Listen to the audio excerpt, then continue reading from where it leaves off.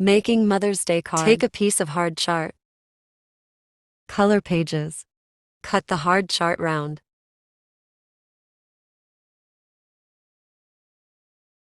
Then for making ears, cut another toe small ball shape from chart.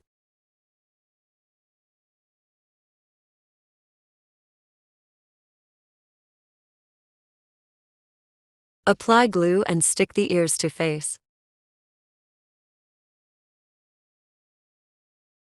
Then take a color pages and make tiny flowers.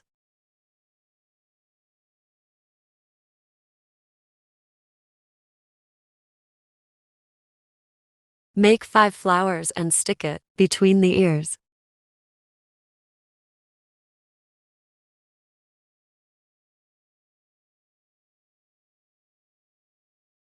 Take a marker and draw eyes, nose, and mouth.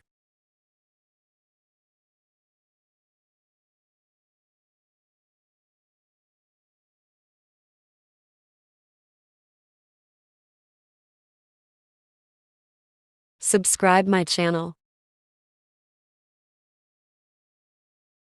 Write inside, Happy Mother's Day.